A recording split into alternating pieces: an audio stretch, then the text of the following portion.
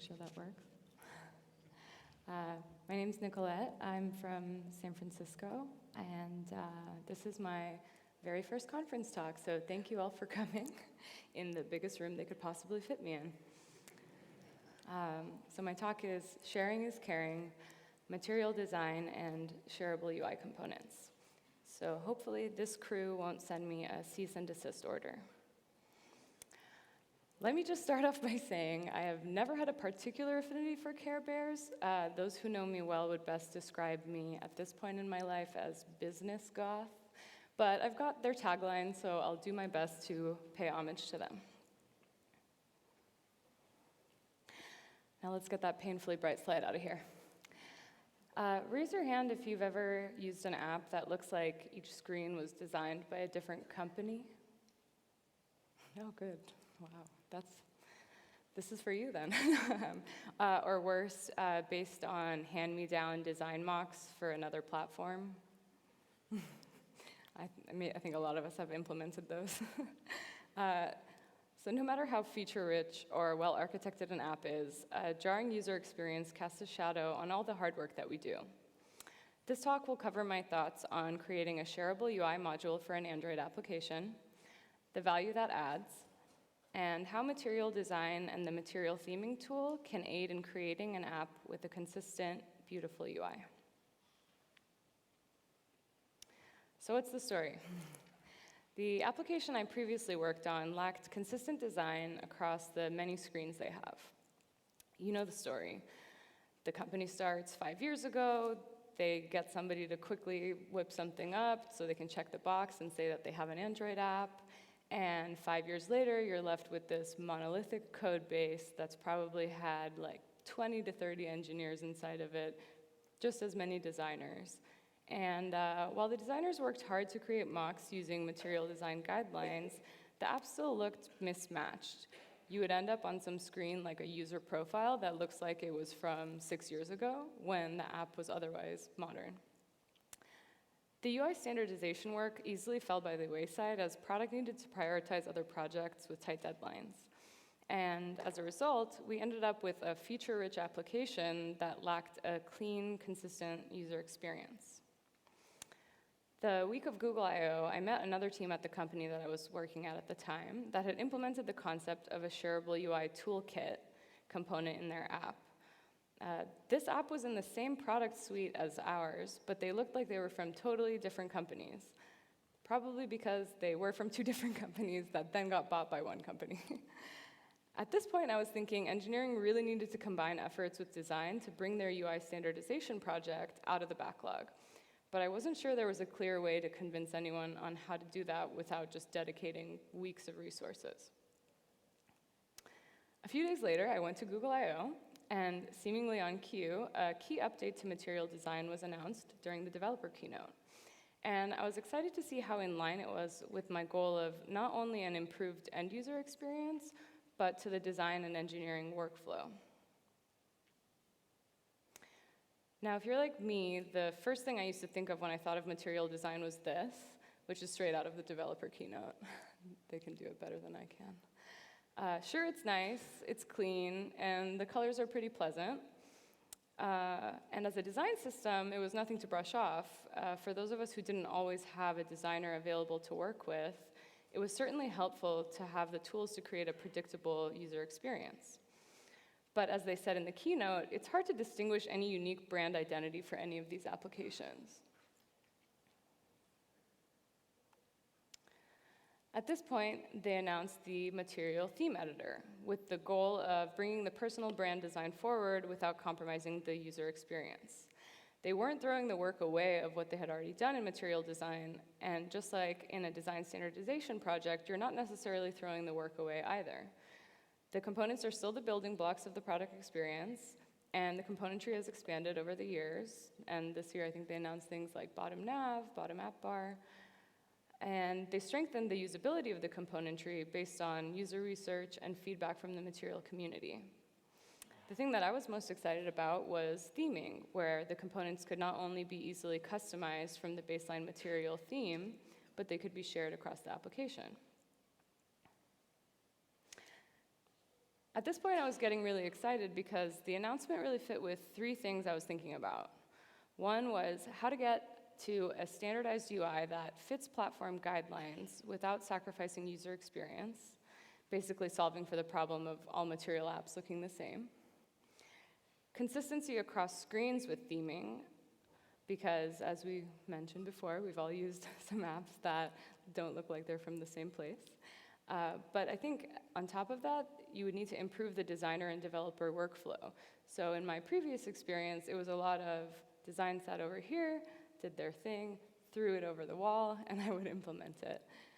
And last, I was thinking about reusability and the dry principle, don't repeat yourself, and I'll get to that a bit more later. So one of the biggest things I think that they announced at Google I/O about material design updates was the color theme editor. As we mentioned before, in 2014, I think it was, they launched a color palette, but it was pretty limited. So if your company's brand design color was not in that palette, you were kind of out of luck. You had to kind of get as close as you could get. In the new way, you can choose any color. You can import it in. You can choose it with the tool that's not on the screen right now. There we go. And the new tool can create material palettes from any color and give you options for complementary colors. This is great for non-designers like me who could not create a harmonious pairing of colors if my life depended on it. You can generate them in the theme editor as well, which would apply the colors across the symbol library to the right component tree. And I think most importantly, it checks for accessibility. And when we're talking about doing redesigns or design standardization projects, I think it's really important to design for accessibility first. The next exciting thing was the shape theme editor. So I forgot to ask, but I assume you have the same experience as me. If you've used an application where all the buttons look like they were supposed to be the same, but they don't have quite the same degree of rounding, or like I said, you end up on one screen that has like a huge shadow and sharp corners, and you're thinking, who made this? Using this tool, you can systematically customize the shape. You can make rounder corners, you can do a custom cut detail on the surfaces, and like I said, what's really exciting with theming is it can be applied across the surfaces. So then you won't run into the issue of having like 6 different sort of similar buttons. You just have one style of button.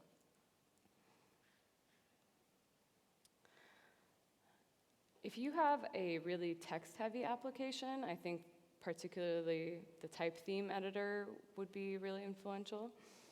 You can create type scales for any typeface, and the scales are optically corrected to work in multiple components, and again, map across the symbol library. So I think in the past, in the old material design, you could only use the fonts that they had, which was Roboto. So again, you ended up with every app having Roboto, and it didn't look like anything like your brand. This way you can use a font that you like, and you can scale it, change it, and define everything in the tool. The material icons are an incredible resource. They've already done all the user research to serve up icons that are intuitive, accessible, and fit with the platform. And as a result, they're recognizable to the user, but now you can stylize them to match your app's personal brand more. No more misplaced Apple-designed icons because iOS implemented this already. Here are the mocks. I think what's really exciting here is how extensible everything has become. So even if you were someone who wasn't a fan of the style, which I know there are many, there are ways for you to take advantage of the resource while still conveying your unique brand.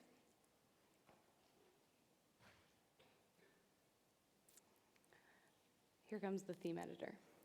The theme editor cascades customization decisions throughout your design components and creates a branded symbol library in Sketch. So you have all of your iconography and everything in there so that, let's say you hire a new designer, it's really easy for them to get onboarded and see what your design system is within Material. These were exciting developments to the design system, and the tooling for customizing componentry looked really useful. If you don't have a huge design team and a small user research team, the system and tools are really empowering. They've done so much of the work to create a predictable flow and accessible surfaces. At the time, I was on a pretty large team, and started to think, so what's in it for engineering? Then they announced this tool called Gallery.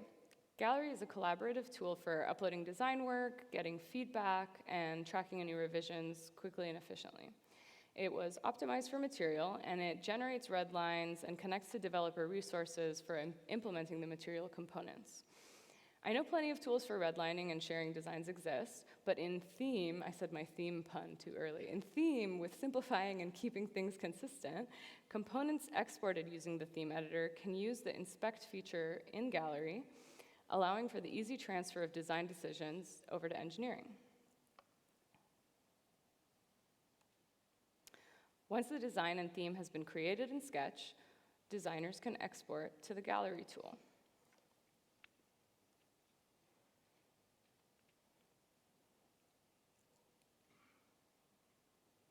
This actually doesn't play on here.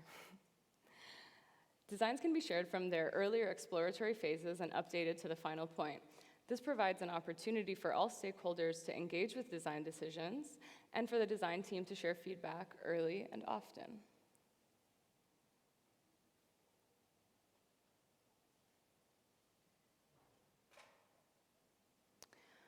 Developers can use inspect mode with the files uploaded via the material plugin to view red lines, measurements, color, typeface, icons, border, gradient, and shape properties. You can get links to developer documentation and design parameters for the components generated by the theme editor. And I think at this point, I started thinking about how much of an improved workflow that is. Yes, there are tools that have red lines in them and everything like that, but if you're newer to doing like UI implementation, for example, it's hard to know where to go. And then when you do go to the Android docs, it may not map directly to what your designers have provided. So this way, you can just, instead of me pulling up an emulator next to a mock and trying to do a side-by-side comparison and hope I got it pixel perfect, you can follow the resources in this tool. You can also connect to downloadable resources, including the themed icon sets. So before anybody jumps down my throat about XML not being code, this is just in general. This example is from one of the material design sample apps, Reply. You can find more information about it at material.io under Design Studies. So let's talk color. There's whole teams dedicated to brand design, and that recognizable color or color combination that makes your end users look at it and just know it's from you. So like I said, I think one of the most important developments here is that you can still use your own color, but use the tools that help you do it in the best way. So here in the styles, you can define the theme of the app. The app theme inherits from the material components theme, but as we've discussed, it's now customizable and extensible.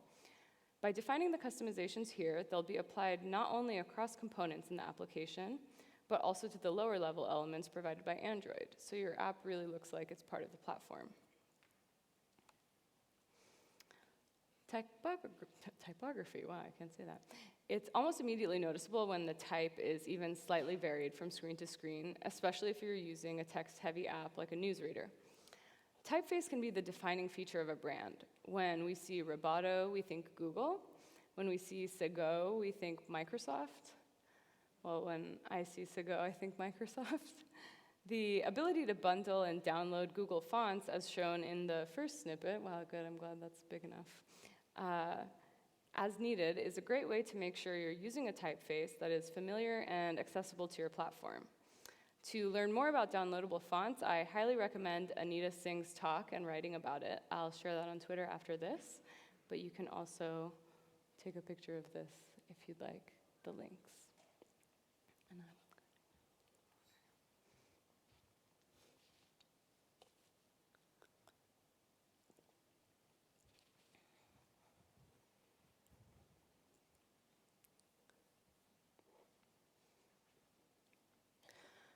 There are tons of exciting new components available to experiment with, so I won't do an entire talk and laundry list of all of them.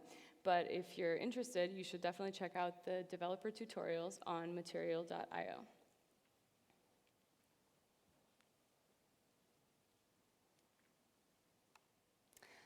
Now is the time that I should say that, unfortunately, I don't live in Care Bear land, and the standardization project that initially inspired this didn't work out due to a number of extenuating circumstances, and since then, I've recently joined a new company.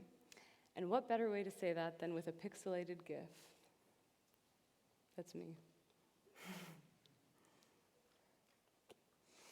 But that doesn't make me any less excited or sure about the potential of this, as these can show you. At Intercom, I now have the opportunity to work closely with design and product, and they're awesome about involving engineering early in decisions.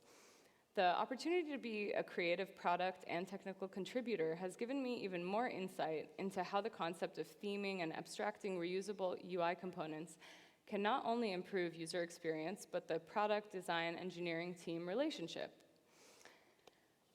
And now that I've started with the Care Bear thing, I have to keep going. The GIFs are going to get more and more pixelated as we go, which is really good stuff for a talk about design and developing an excellent end user experience. There's one more loop. There we go. Yeah, maybe I am getting into this now. So after Material 2 was announced, along with the Sketch plugin and gallery tool, I was intrigued. The concept of theming was exactly what I was looking for. In development, we have plenty of process for enforcing schools of thought. Whether or not we follow them is another story.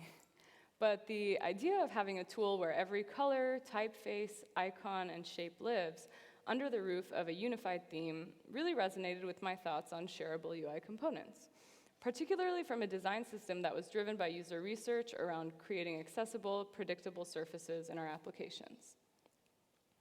That being said, you don't have to be married to material, even though it's in the name of the talk. The concept of theming can be applied.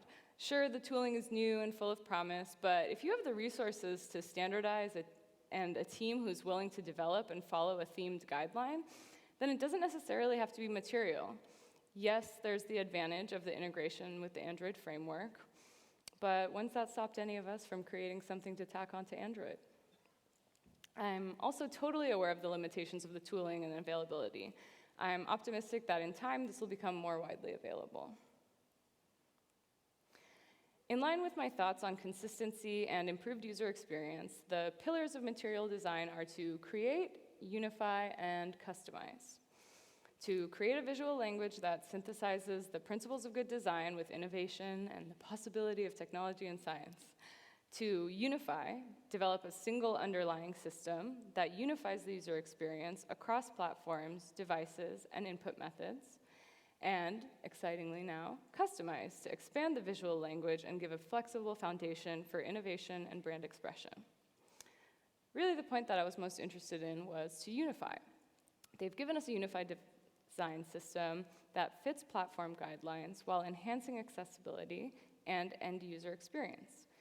In creating a unified system within your application, you not only provide a more polished, professional experience, but you create the opportunity to extend your brand across other products. We saw the tools currently available for designing, collaborating, and implementing a consistent user interface. The addition of customizable themes that can be automatically applied across your app is a huge win for consistency. If material or the tooling are not part of your arsenal, the concept of a unified style defining your app's personal brand can achieve the same end. The relationship between design, product, and engineering sets the stage for delivering great products. Any tooling or system that enhances that workflow will only make our apps better. Sometimes it may feel like, as designers and developers, that we're speaking different languages. The tooling available for designers to create themes, then export them for developers to inspect and implement, removes a great deal of friction and miscommunication. But if you can't get to that point, I think there's definitely another talk in this. There's definitely something out in making sure you collaborate with them in creating a consistent design. So let's get to reusability. It's a concept I'm sure most of us do our best to follow in our code bases. The issues with consistency between apps in a shared product suite got me thinking about the reusability of UI components. The dry principle, but make it user interfaces. This is my terrible but make it fashion joke, so if you don't get it, that's my fault, not yours. I apologize. So what is dry? Don't repeat yourself. Despite the risk of this becoming an Uncle Bob presentation, I thought I'd include the Wikipedia definition of dry. Seems pretty common as far as software engineering principles are adopted. In software engineering, don't repeat yourself is a principle of software development aimed at reducing repetition of software patterns, replacing it with abstractions, or using data normalization to avoid redundancy. Does anyone remember what WET stood for? Something like, we enjoy typing, or something equally snarky? Yeah, anyways. What are some of the common issues that I saw that inspired me to talk about this? Has anyone else seen these types of issues? Similar, same icons imported multiple times with a different name, buttons with slightly different styles, multiple apps in your product suite with totally inconsistent designs, potentially shareable assets that are not being reused or standardized. Anyone? Great, thank God. I thought you were all gonna look at me and be like, yeah, obviously we share it. So this is going great. Here are some ideas of what some shareable items are, and kind of it's ridiculous because it seems like everything. Icons, buttons, user avatar styles, the way you display error messages, maybe you have some like special modified toolbar. The list kind of goes on. So where can we share code? You probably have some custom animations and transitions. You might have a custom overlay. Everything is custom, drawing, or some combined view components. So if you have overridden the way that your key presses react, or you want them to have some kind of action that doesn't exist, but you want it to live inside, across your application, but I'm telling you, I see it, the same snippet of code in like 8 different classes.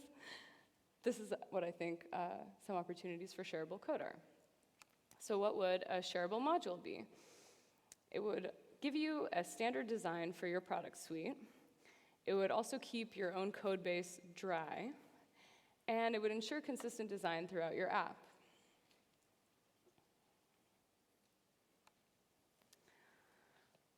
The material design system gives you the ability to stay true to your brand while remaining accessible and familiar to Android users.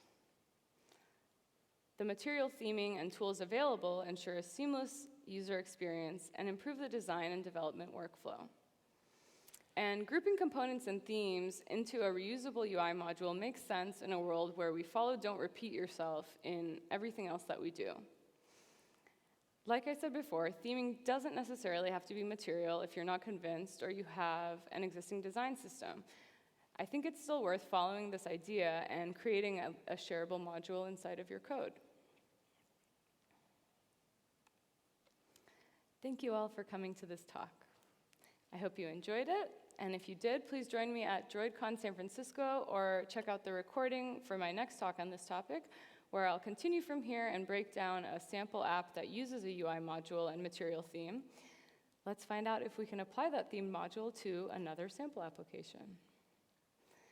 Don't worry, I'm not going to end it on a terrible GIF. I just want to say thank you to the designers who work patiently with me, even when I am a completely hopeless case when it comes to aesthetic. To all the speakers who gave me a pep talk this afternoon in the speakers room, and all of you for coming today as we're near the end of the conference. If you have any questions, please come find me after this, or feel free to ask me on Twitter. My handle is @00Nicolette.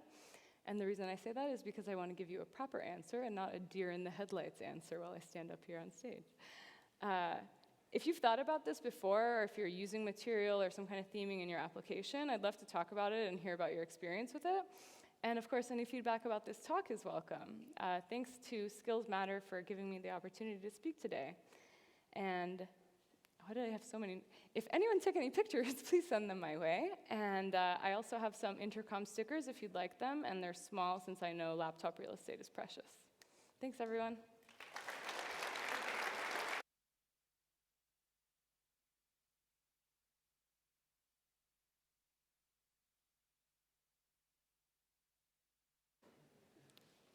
With that, I'll leave. Oh, thank you.